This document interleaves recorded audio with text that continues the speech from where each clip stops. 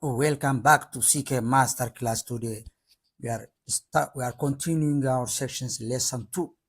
Lesson 2 irra geenyeerra boqonnaa lama history kutaa 12 kun CK Masterclass itti afaan Oromoo afaan saba guddaan viidiyoo kan itti argattanidhaan CK Masterclass dha. Kan nuti isiniif dhiyeessaa jirru history kutaa 12 Masterclass afaan Oromoo afaan saba guddaan afaan gaanfa Afrikaatiin isiniif dhiyeessaa jirra. An CK Masterclass dha. Turtii kan nu wajjin goota yoo ta'e history dabalatee economics kutaa 12 bifa entrance wajji wal qabatuun kan isiniif dhiyeessinu ta'a. An CK Masterclass dha. By the way, ani kan hin baradhu Addis Ababa University College of Law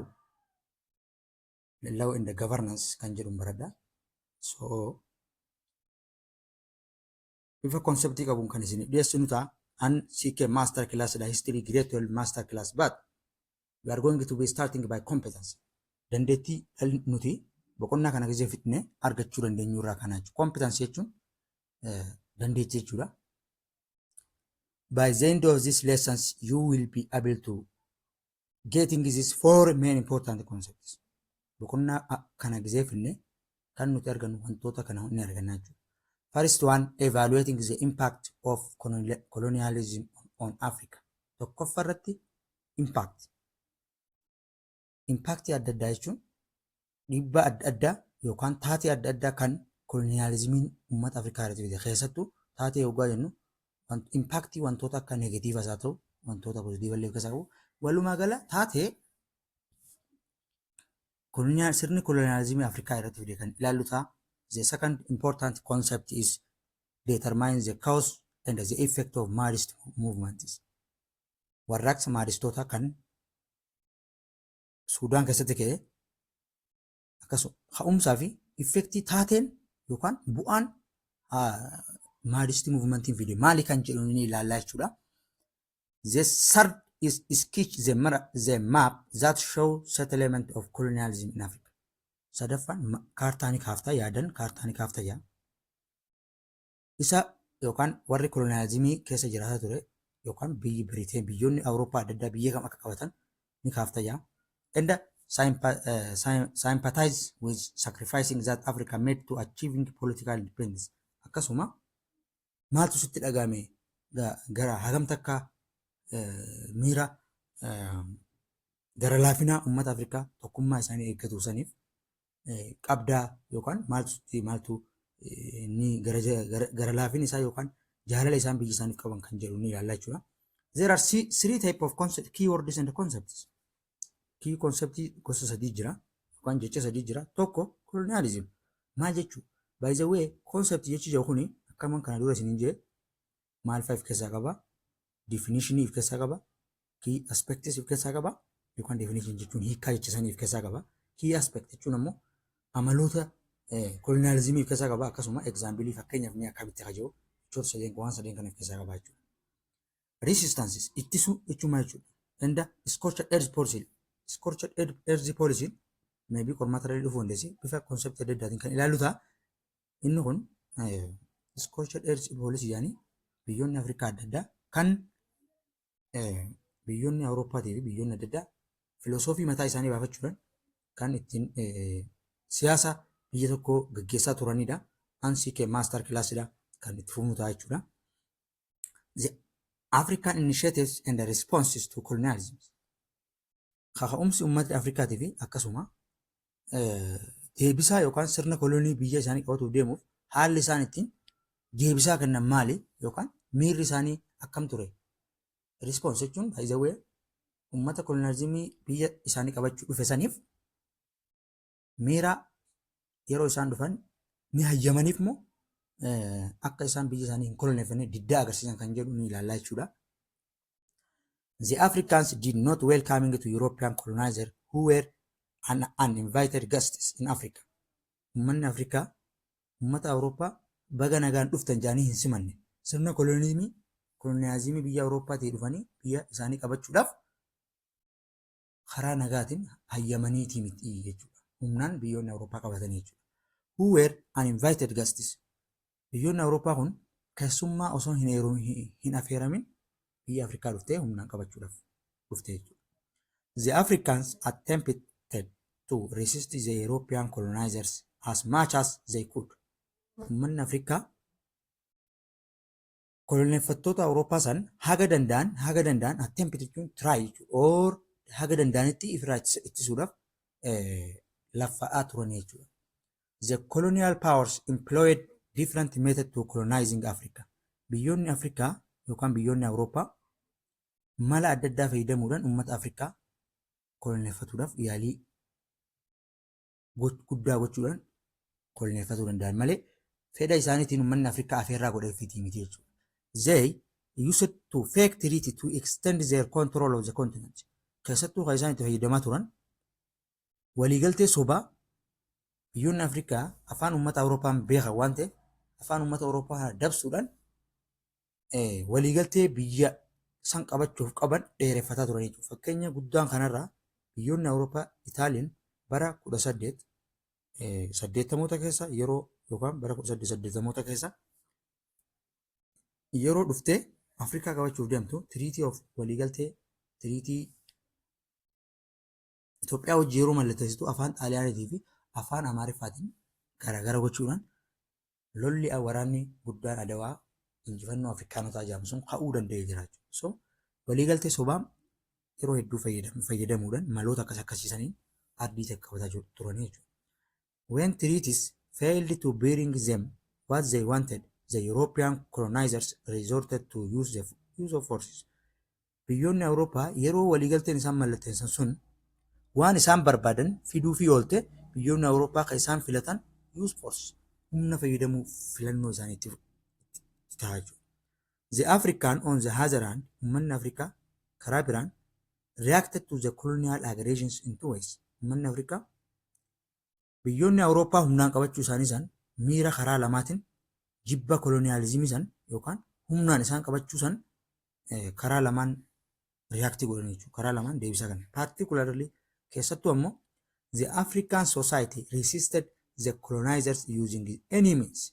There was resisted in almost every region of European advances. Uummanni Afrikaa irra hedduun isaanii sirna kolonii kan ofirraa ittisaa turan jechuudha.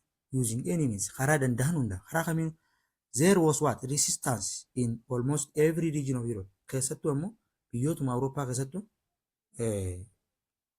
akka biyyi isaanii biyya Afrikaa biyya biraa hin koloneeffanne haalan yookaan opposition ture jechuudha. Practically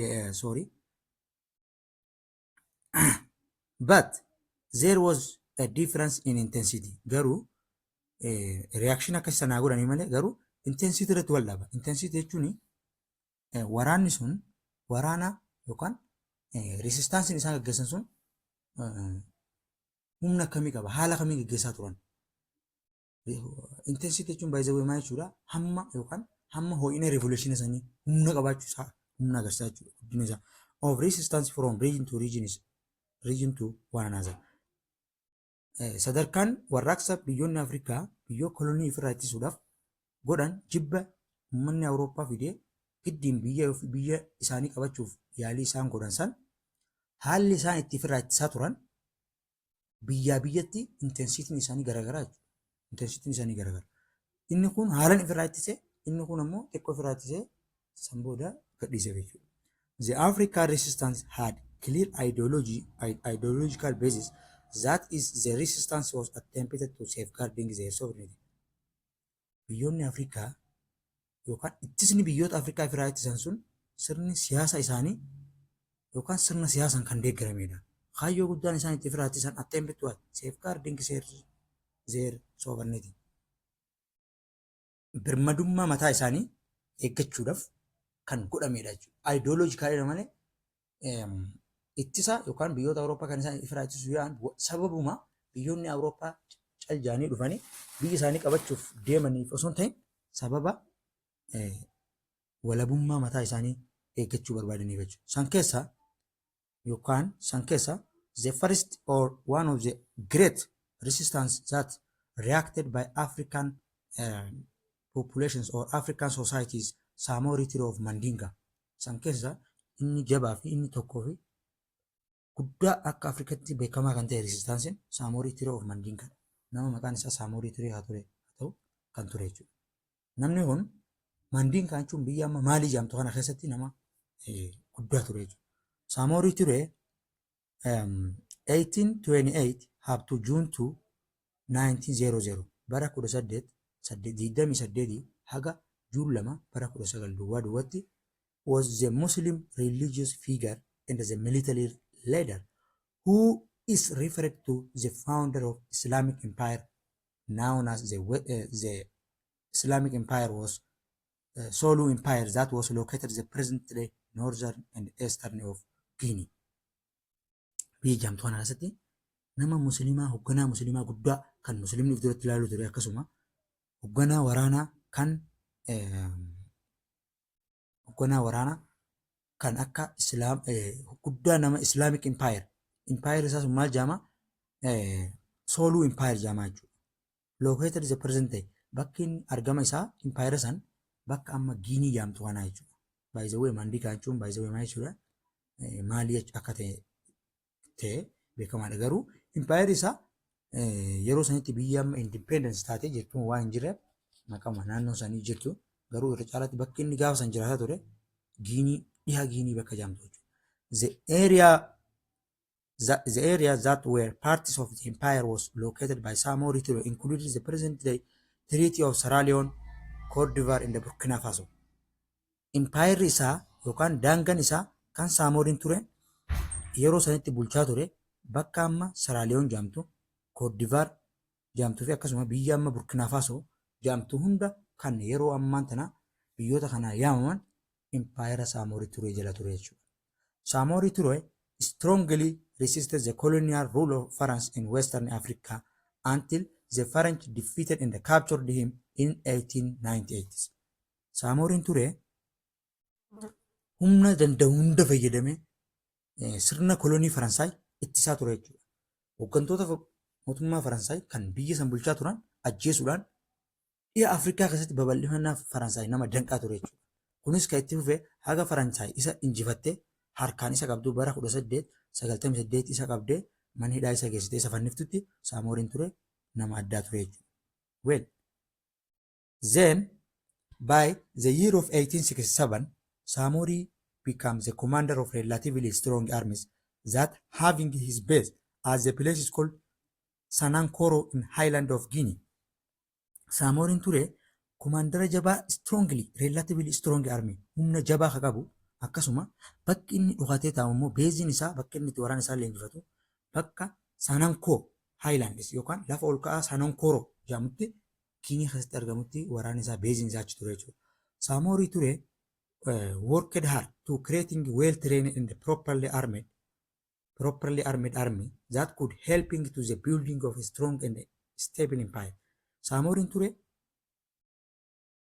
nama yaalii gurguddaa waraana leenjii qabaachuuf akkasuma nama sirriitti hidhannoo hidhate qabaachuudhaaf haga danda'e empire isaa jabeessuu fi akkasuma empire isaa keessatti nageenya buusuudhaaf nama tasgabbaa'aa nama ija Afrikaa ture jechuudha. In order to strengthen his army, namni kun humna waraana isaa jabeessuuf Samori used to importing firearms via Freetowns, the capital city of Sierra Leone, since 1876. Samoriin Touré humna waraana isaa jabeessuudhaaf meeshaalee adda addaa biyyoota alaa irraa galchaa ture jechuudha. Keessattuu karaa magaalaa Freetown, magaalaa guddoo Sierra Leone kan bara 1876 irraa kaasee haga ammattis magaalaa Sierra Leone taatee tajaajilaa jirtu achiin galfataa ture jechuudha. His army power enabled him to controlling the gold mine district known as Bure. Humni waraana isaa bakka warqiin irraa oomishamu kan dhiha Afrikaa keessatti bakka warqiin oomishamu guddaa kajaamtu Bure kajaamtu waraana isaa to'atee jira waan ta'eef warqii kana gurgurachuudhaan meeshaa waraanaa adda addaa galfataa ture jechuudha. Well, and this increased Samori Touré economic strength. Bakki albuudaa kana qabaachuun isaa humna yookaan sirna diinagdee Samori Touré haalaan strength godhe ni jabeesse jechuudha. In 1878 bara 1878 Samori Touré proclaimed himself the leader of the Bosulu empires he created. Bara 1878 Samori Touré labse jechuudha. Akka hoogganaa guddaa Wasoluu Empire kan ifii isaatii uume kan dhiha Afrikaa bakka reefu jenne sanitti argamutti akka hoogganaa guddaa tokko ta'ee leedera ta'etti fufee jiru. Then Samori Ture made the town of Bisandugu the capital of his empire. Magaalaan guddoon empire isaa kun Wasandugu jedhamti jechuudha yookaan Bisandugu afaan Oromoo fakkaata bishaan dhuguu akka jechuu fakkaata. Capital empire isaa turte jechuudha. So qormaata irratti waan kana dhabuu qabdan jechuudha. His son established strong political and commercial relationship with neighboring Tonkolor empires. Inni kuni sirna siyaasaa cimaa fi akkasuma hariiroo daldalaa cimaa empire isaa kataare Tonkolor empire kajaamu wajjin qabaachuu naannuma ollaa isaa katee jechuudha. In 1881 after heavy fighting bara 1881 erga waraana jabaa Faransaay wajjin walirra gaggeessaa turanii booda yookaan Faransaay osoo hin ta'in waraana jabaa erga gaggeessee booda Samori Ture managed to control the essential Duyula trading post of Kanka which founding on the upper Milo river. Bakka kana finciltoota wajjin gaggeessaa bakka Duyulo trading post bakka jaamu Kanka which found upper Milo river. Bakka upper gubbaa Milo river argamtu Duyulu trading kan jedhu irratti waraana bakka gaggeessaa ture injifannoo guddaa argatee jira jechuudha. Well, then Samori Ture by 1881 bara 1881 the territorial size of Wasolu Empire was enlarged and included the present day the Treaty of Guinea, Mali, look, Sierra Leone and Cote d'Ivoire. Bara 1881 daangaan Wasolu Empire guddachuudhaan akkasuma naannoo ammaan tana Guinea jaamtu, Mali, Sierra Leone fi Cote d'Ivoire jaamtu hunda empire isaa jala turte jechuudha. The French attempted to expanding in Western Africa in the late of 1817 brought them to direct conflict with Samori Ture. Bara 1870 keessa yeroo Samori Ture empire kana bulchaa turutti yaaliin Faransaay babal'ifannaa dhiha Afrikaatti yookaan dhuma bara 1970tti godhaa turte maal fide waraana kallattii Samori Ture wajjin akka wal lolaniif sababa ta'e jechuudha. The French were what? Expanding toward the treaty of occupied by Wasolu Empire. Faransaay babal'ifannaan ishii kara empire Wasolu Empire kan Samori Ture qabatee jirutti babal'ifannaa isaaniitti fufanii jechuudha. In early 1882 jalqaba bara 1882 the French forces launched attack against the force of Samori Ture. Bara 1882tti humni waraana Faransaay duula waraanaa jalqabee jechuudha. Humna waraanaa Samori Ture force yookaan humna isaa kanatti directly duula banuudhaan waraanni direct isaan lamaan jidduu jalqabee jechuudha. His force successfully repulsed the French attack and retained their possession here. Akkasis yoo ta'e humni waraanaa Faransaay mo'amuu danda'ee jira yookaan humni waraanaa isaa kun repulse godhe jibba Faransaay kana ifirraa deebisuu danda'ee jira jechuudha. Akkasuma bakka duraanii qabatanii turan bakki Faransaay irraa fudhatte deeffatu retain qabachuu danda'anii jiran jechuudha. Irra deebi'anii fudhachuu danda'anii jiran. In this battles, battlii kanarratti yookaan dirree waraanaa kanarratti Samori Ture was what? Surprised by military disciplines and the quality of firearms of the French troops he defeated. Samori Ture haalan dinqisiifannaa guddaa argate jechuudha. Akkasuma waraanni isaa waraana naamusa qabuu fi seera waraanaa eegee kan lolu akkasuma meeshaalee jajjabaa kan waraanni Faransaay qabu san hunda caalee injifachuu isaatti haalan dinqisiifannaa guddaa argatee ture jechuudha. Ture wanted to have well trained and disciplined and properly armed troops like French soldiers. Samori Ture kuni kan inni barbaade ture waraana leenjii kan haalan sirriitti leenjii fi akkasuma kan disciplined ta'e seera waraanaa beekee kan lolu akkasuma waraana hidhannoo guddaa qabu kan akka Faransaay san barbaade ture. In order to creating efficient modern army, Samori sought European assistance. Samoriin waraana ciccimaa akka san hidhannoo keessan hunda waraana gahumsa qabu horachuudhaaf meeshaa gahaa argachuudhaaf Samoriin gargaarsa biyyoota Awurooppaa barbaadee jira jechuudha. In January 1885, he sent his envoys to the British colonials in free towns, free towns Sierra Leone, promising to place his empire under the British protections. Jaanuwaarii keessa bara 1885 ergama karaa Biriteen kolonii Biriteen erguudhaan magaalaa Freetown'tti jirutti erguudhaan maaliif Sierra Leone yeroo sanitti Biriteen jalatti bulti erguudhaan waadaa galeef jechuudha. Empire isaa akka British jalatti eegamu waadaa galeef jechuudha. The British were not willing to confronting with French by accepting Samori Touré request to put his empire under his protectorate. Britain fedha hin qabdu turte jechuudha. Faransaay wajji walitti bu'uudhaaf Samori Touré yookaan yaadni Samori Touré dhiyeessee fudhattee empire isaanii British jalatti akka eegamu gootee Samori Touré yaada isaa fudhattee Faransaay wajji walitti bu'uu hin barbaaddu turte jechuudha. Nevertheless, gonkumaa the British agreed to selling modern weapons to Samori. Sana daran kan isaan irratti walii galan meeshaa ammayyaa ta'an Britain akka Samori Touréetiif gurgurtuuf waadaa galame malee achi alatti hin barbaaddu jechuudha. Achi alatti empire isaa fudhachuu hin barbaanne turte jechuudha. The French troops launched military expansion in 1885 to controlling the Bure Reaches, the gold mine. Waraanni Faransaay hidhannoo isaanii guutuu wajjin yookaan duula Bure Reach iddoo warqiin itti oomishame naannoo Bure jedhamu qabachuudhaaf duula waraanaa eegalanii jechuudha. The force of Samori Touré, who were by then better armed and successfully resisted French attack, launched the successful three-direction counter offensive and expanding the force of French from Bure. Humni waraana Samori Touré already waraana hidhate waan ta'eef humnaan milkaa'ina guddaadhaan waraana Faransaay ofirraa ittisuu danda'ee jira jechuudha. San ofirraa ittisuu qofa osoo hin taane karaa sadiin duula waraana Faransaay irratti banuudhaan akka ofirraa ittisuu fi akkasuma naannoo babal'ifannaa Faransaay kan ishiin Buretti godhan salphumatti akka ari'u godhuu danda'ee jira jechuudha. The French force from Bure ari'uu danda'e. Samori Touré army was what? Well organized, divided into infantry and cavalry unit. Waraanni Faransaay waraanni Samori Touré waraana humnaa hidhannoo guddaa qabuu fi bakka lamatti kan qoodame waraana lafoo fi waraana fardaan waraanu akka ta'e seenaan barreessee jira jechuudha. Samori Tourén piikcharii asirratti mul'atu waan jechuudha. Well, in March 1891, March keessa bara 1891, the French force launched the military offensive against Samori in Eastern Guinea.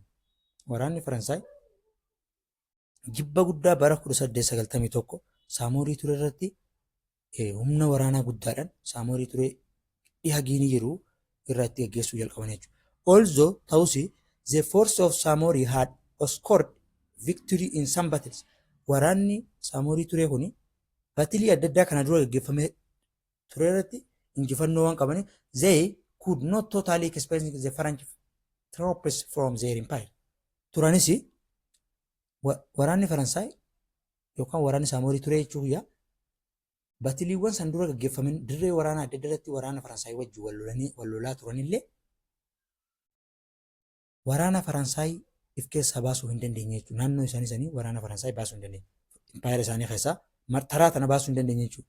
In June 1892, the French troops defeated the force of Samori Touré and captured the capital of empire, Bisandugu, to make better even worse to Samori Touré. The British forces refused to sell firearms ammunition to Samori Touré anyone.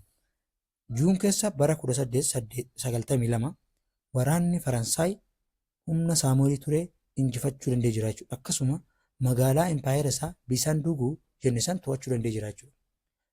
Akkasuma kan kana daran akka Samori Touré mo'amu harkaan British akka qabu kan godhe British refused to sell firearms. Britain waraana yookaan meeshaa waraanaa itti gurguruu didee jechuudha. Meeshaa waraanaa gurguddaa kan akka ammunition dhukku'aawwan adda addaa Samori Touréedhaaf gurguruu dinnaan salphatti mo'amuu danda'ee jira jechuudha. In the last resort, Samori Touré formed the anti-colonial coalitions with neighboring Ashanti empires. Akkasuma dhumarratti Saamooriin Turee maal murteesse? Farra kolonii jechuudhaan impaayera naannoo ollaa isaa jiru Ashantee Impaayir ka jedhamu wajjin waraana isaanii walitti naquudhaan akka uummata Afrikaa kan ofirraa uummata Awurooppaa ofirraa ari'an murteesse. Nevertheless sanas ta'u the alliance could not be fruitful at the British troops defeated the Ashantee Empire in 1897.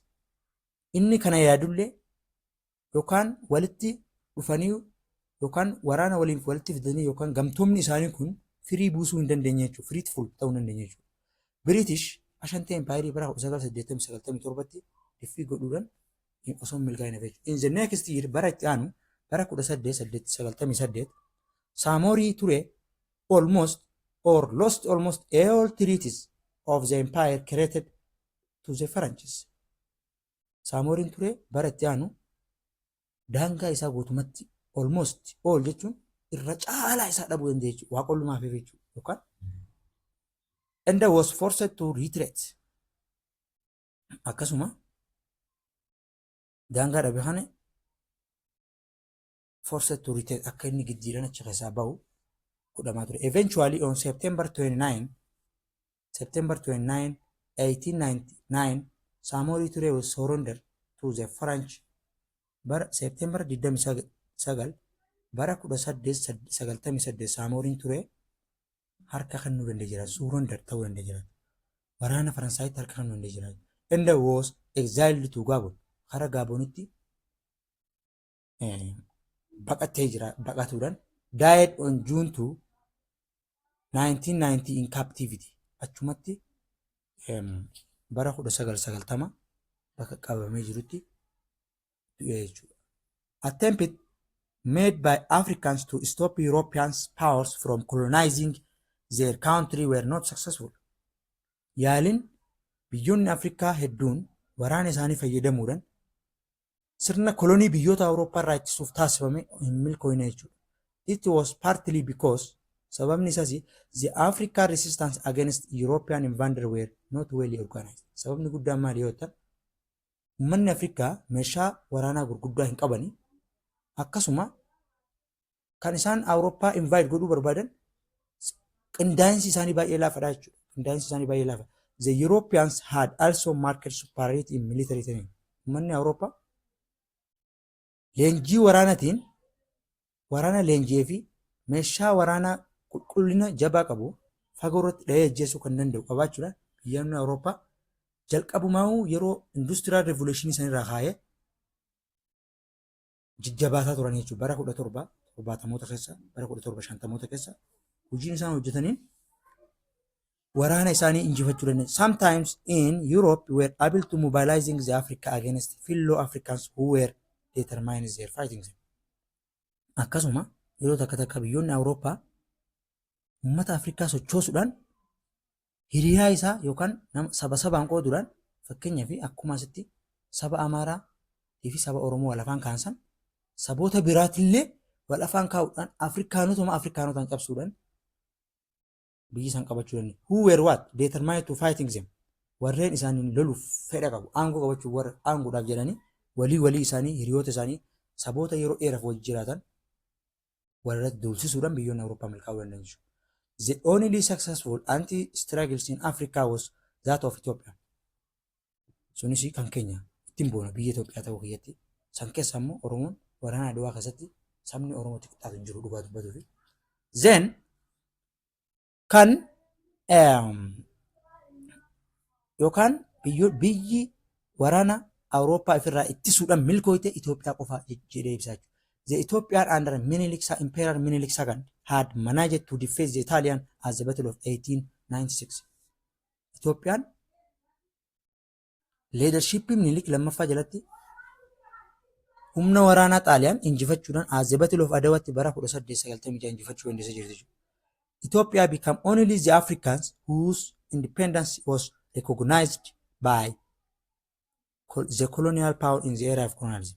Itoophiyaan biyya jalqaba biyya addunyaa keessa biyyootuma kolonii isaanii saniin jalqaba biyyootuma kolonii sanii bara kolonii sanitti beekamtii argattee biyya jalqaba independence of Africa taate of ishii qofaa jechuudha. Activity 3.2 describes the contributions of Samori Ture in the fighting against colonialism. Describe guyyaa Samori Ture akkamitti fighting against godhe ibsiyaa kun kanuma amma ilaallee dhufne jechuudha. The Ashanti Empire. Empire Ashanti kan jedhu ilaallaa jechuudha. Well, the Ashanti Empire was pre-colonial Western state that emerged in 17th centuries in what today Ghana. Empire Ashanti jedhamu kun kan inni uumame dhiha Afrikaatti osoo kolonii hin dhufin dura jaarraa 17ffaachuun baay'isawee bara 16 duwwarraa kan eegaludha jechuudha. Bakka amma Gaanaa jedhamutti empire mataa isaa danda'ee kan uumame ture jechuudha. Ashanti or Asante were ethnic subgroups of Anka-speaking people and they were composed of small chiefdoms. Uummanni Ashanti yookaan sabni Ashanti jedhamu kun saba afaan Ankaa dubbatu, uummata Ankaa dubbatu akkasuma nama hoogganaa mataa isaanii saboota qaban turanii jechuudha. Ashante established their state around the Kumasi in late of 1800s. Ashantiin kun isteetii mataa isaanii hundeeffachuu danda'anii jechuudha. Naannoo Kumasi jedhamutti dhuma jaarraa yookaan dhuma jaarraa late of jechuun dhuma jaarraa 17ffaa jechuudha yookaan bara 16 shortly after their first encounters with Europeans. Jalqaba akkuma biyyoota Awurooppaatii wajjin lola xiqqaa yookaan lola gabaabaa godhanii empire Ashante empire gochuu hundeessuu danda'anii jiranii jechuudha. In some way, the empire grew out of the war and the dislocation caused by Europeans who sought to controlling the famous gold deposit, which gave this region name Gold Coast. Akkasuma karaa biraan empire kun guddachuudhaan grow out the war. Empire waraana keessatti guddachuu fi bakka wallaaluun biyyoota Awurooppaa dislocation yookaan kallattii yookaan argama dogoggoraa kennuudhaan biyyoonni Awurooppaa warreen goldii dippoozitii yookaan bakki kuufama warqii naannoo Gold Coast maqaa jedhamu moggaasanii haalaan barbaadaa turan jechuudha. Lookeshinii dhaban malee haalaan barbaadaa turan. During this era bara kana the Portuguese were the most active European in Western Africa. Yeroo kanatti biyya Awurooppaa akka Faransaayitti hirmaannaa cimaa dhiha Afrikaatti godhaa jirtu jechuudha. They made Ashanti significant trading partners providing wealthy weapons that allowed to small state to grow stronger than their neighbors. Ashanti empire kun hariiroo jabaa daldalaa biyyoota kanaa wajjin akkasuma providing wealthy qabeenya adda addaa dhiyeessuudhaan weaponii adda addaa meeshaa waraanaa adda addaa jechuudha. Allowed to the small state kun hariiroo kana Portugal wajjin qabaatuun isaanii small state naannoo isaanii jiru sanirra ollaa isaanii jirurra haalaan guddataa dhufanii jechuudha. In the 18th century jaarraa 18ffaa keessaa Ashanti was what? Simply one of the Anka-speaking Portuguese trading partners in the regions. Empire Ashanti century kana keessa warreen dhiha Afrikaa keessaa isaan Anka-speaking dubbatan partner trading yookaan waahila daldalaa jabaa Portugal wajjin qabaachuudhaan isteetii jalqabaa taate jechuudha. Afaan Ankaa warra dubbatan jechuudha. These situations haalli kuni changed when Osei to the Ashanti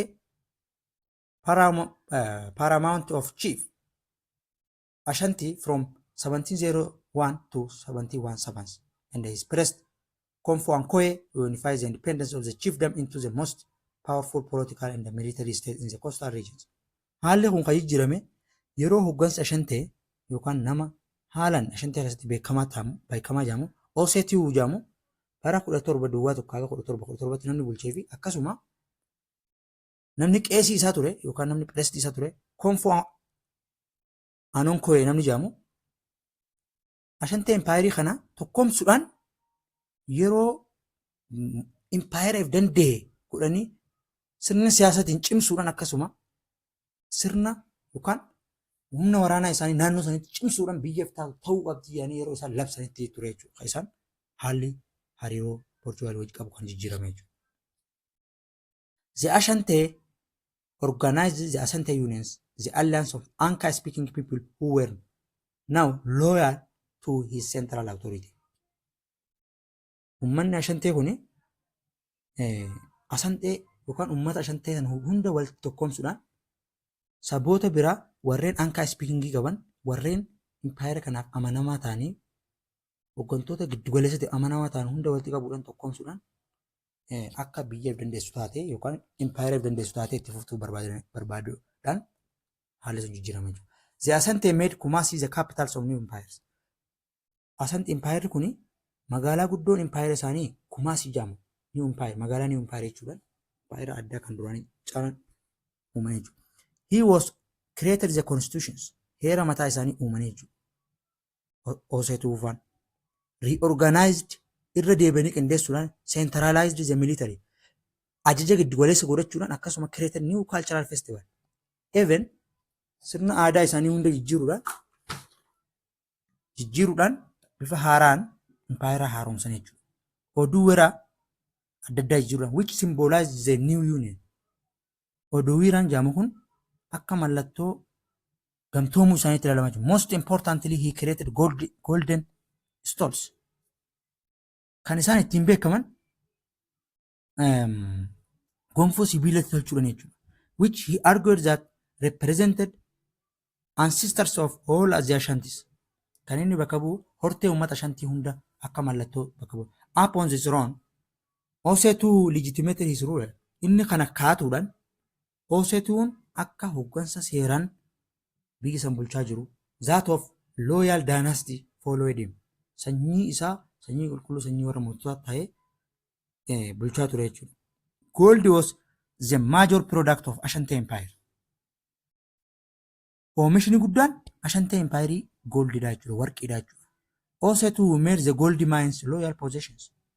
Oseetuun hoogganaa guddaa empire san keessatti royal albuuda bakka bahusan albuuda guddaa nama qabu. He also made a gold dust too, circulating the currency in the empire. Akkasuma warqii bifa dastiitiin bifa dhukkeetiin yookaan dhukkeessanii tolchuudhaan currency akka maallaqaatti itti fayyadamaa turan jechuudha. Empire isaa keessatti. Gold dust was frequently accumulated by citizens of Ashanti. Gold dustiin yeroo hedduu kan inni kuufamu uummata Asantee lammiilee Asantee sanii particularly by evolving the wealthy merchant class. Keessattuu ammoo warreen merchant class warra ta'an tujjaarotii yookaan warreen waan aggadan san jechuudha. The Ashanti Empire economy depending on the gold trade in 1700s. Ashanti Empire economy isaa bara 17 yookaan jaarraa 18ffaa keessa yookaan bara 17 keessa baroota 17 keessa bara 17 keessa sirni dinagdee Ashanti Empire gold irratti hundaa ture. But the early of 1800s it had become the major exporter of enslaved peoples. Akkasuma garuu dhuma jaarraa 18ffaa bara 17 duwwaa kara dhumaa bara 17 baroota 17 keessa kara dhumatti kara slavery ergutti dhufanii jechuudha. The exchange the Ashanti received luxury item and some manufactured goods including most importantly firearms. Kan isaan ittiin wal jijjiiraa turan meeshaawwan bashannanaa akkasuma meeshaa ijaarsa adda addaa fi akkasuma meeshaa waraanaa adda addaa fayyadamuudhaan gabroota wal erguudhaan wal jijjiiraa turan jechuudha. The consequence of this trade for Ashanti and their neighbor was terrible. Taateen waraana kana haalan terrible ture jechuudha yookaan shinqii adda addaa ture jechuudha. From 1790 until 1896 bara 1790 haga bara 1896tti Ashanti Empire was continuously in state war. Empire Ashanti sababa daldala waraanaa daldala ilma namaa slavery geggeessuu eegaleef waraana itti fufaaf baroota kana keessatti waraana itti fufaa hin dhaabbanneef saaxilamee jira. It is very terrible by the way. This wars led to the acquisition of more slave of trade. Waraanni kun akka sirriitti daldalli garbaa kun itti fufuu sababa ta'e jechuudha. The constant warfare also weakened the empire against the British. Waraanni itti fufaan baroota kana keessa gaggeeffame kun impaayera kana laaffisuudhaan Biriteenii wajjin akka sirriitti already laafee jira waan ta'eef cimsa yookaan ammoo wallola Faransaay Biritishii wajjin waraana wajjin jiran san keessatti impaayerri kun dadhabuudhaan who eventually becomes the main enemy. Biriteenii wajjin walloluudhaan boodarra Biriteen impaayera kana keessa mana main enemy yookaan diina guddaa taatee injifachuu dandeessa. Between 1823 and 1873 bara 1823 haga bara 1878 the Ashanti Empire resisted British advancing into their territory. Baroota dila kana Ashanti Empire British akka empire isaa hin seenne sirriitti ittisaa ture jechuudha. In 1847 bara 1874 sorry bara 1874 however garuu British force successfully invading the empire and briefly captured Kumasi.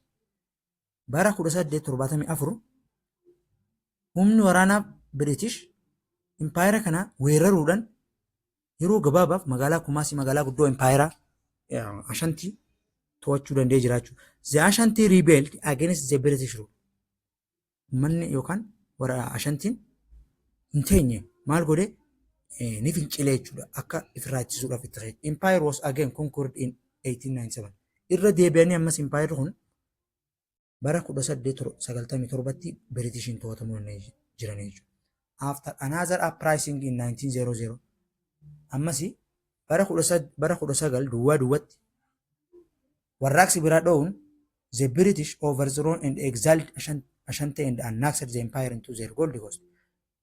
Warraaqsi biraa ammasi ka'uudhaan Biriteen ammallee hoggansa irra jiru aangorraa ari'uudhaan akkasuma akka empire kun yookaan namoonni hoggansa kan akka mootii isaatiif qeesii isaa sun exile karaa biyya biraatti baqachuudhaan empire kana naannoo Gold Coast colony jechuudhaan qabachuu dhumarra dandeessee jirti jechuudha. Bara 1902 kun CK Master Class dha. History Grade 12 Master Class subscribe gochuun gargaara. LinkedIn keenya akkasuma Instagram keenya fi Facebook keenya CK Master Class subscribe gochuun irraa fayyadamaan isin jedha.